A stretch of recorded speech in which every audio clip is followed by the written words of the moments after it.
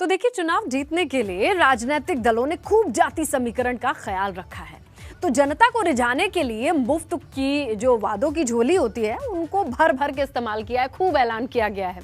आज कांग्रेस ने अपना घोषणा पत्र जारी किया जिसे नाम दिया गया उन्नति विधान का, जिसमें किसानों और महिलाओं को साधने के लिए कई बड़े बड़े वादे किए गए। वैसे एक बात गौर करने वाली ये भी है कि पार्टियों के घोषणा पत्र का नाम भले ही अलग हो, लेकिन मुफ्त वाले वादों की झड़ी एक सी दिखाई देती है। देखिए इस रिपोर्ट में।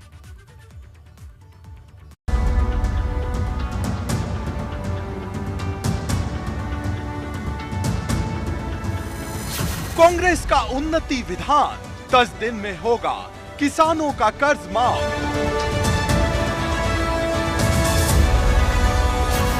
जनता से बड़े वादे, आधी आबादी को मजबूत करने के इरादे। यूपी के चुनावी समर में जहां तमाम राजनीतिक दलों ने जनता को रिझाने के लिए बड़े बड़े वादे किए हैं, वहीं कांग्रेस ने उन्नति विधान जारी कर जनता के सामने मुफ्त के वादों की झड़ी लगा दी है। हम चाहते हैं कि एक खास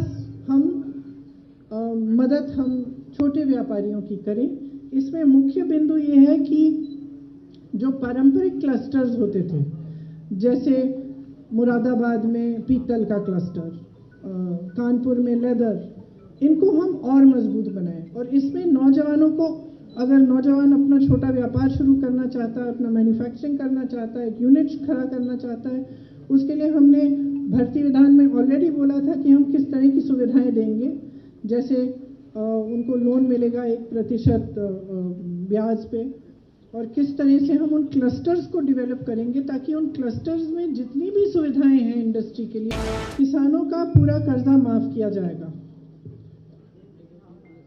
हम ये कह रहे हैं कि हमारी सरकार जब बनेगी तो 10 दिन के अंदर अंदर किसानों का कर्ज माफ किया जाएगा। छत्तीसगढ़ में जब कांग्रेस की सरकार आई तो आप सबने देखा होगा कि शपथ लेते ही 3 घंटों के अंदर अंदर किसानों के कर्ज माफ किए गए। उसी तरह से हम यहाँ भी उत्तर प्रदेश में ये करना चाहते हैं। वैसे इस बार यूपी में सरकार चाहे जिसकी बने, जनता की चांदी तय है, क्योंकि सपा हो या भाजपा या फिर कांग्रेस, सबके संकल्प, वचन और उन्नति विधान में फ्री और मुफ्त जैसे शब्दों की भरमार है। भारतीय जनता पार्टी और समाजवादी पार्टी के बाद आज कांग्रेस ने भी अपना घोषणा पत्र जारी कर दिया है। इन तीनों ही राजनीतिक दलों के घोषणा पत्र को हम देखें तो एक खास बात, सभी ने कुछ ना कुछ मुफ्त देने का लुभावना वादा जनता से किया है। कोई मुफ्त बिजली दे रहा है, कोई स्कूटी, कोई स्मार्टफोन, कोई टैबलेट, कोई एलपीजी गैस सिलेंडर।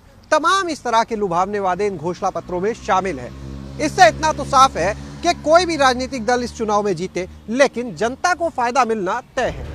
पार्टियां अलग हैं, उनके घोषणा पत्र के नाम अलग है, लेकिन मुफ्त वाले कई वादे एक जैसे हैं। जैसे भाजपा ने सिंचाई के लिए फ्री बिजली का ऐलान किया है, सपा ने 300 यूनिट तक फ्री बिजली का वादा किया है, तो कांग्रेस ने बकाया बिजली बिल माफ करने का ऐलान किया।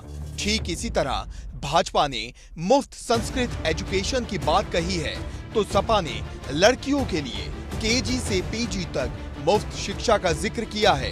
कांग्रेस ने एससी और एसटी के लिए अपने केजी से पीजी तक मुफ्त शिक्षा की बात कही है। भाजपा ने 1,500 रुपए प्रति माह विधवा पेंशन, तो सपा ने 18,000 रुपए सालाना विधवा पेंशन, तो कांग्रेस ने दिव्यांगों के लिए 3,000 की मासिक पेंशन का ऐलान किया है। लेकिन बात यही खत्म नहीं होती। कई ऐसे वादे हैं जो जनता को कुछ मुफ्त देने के इरादे से किए गए हैं।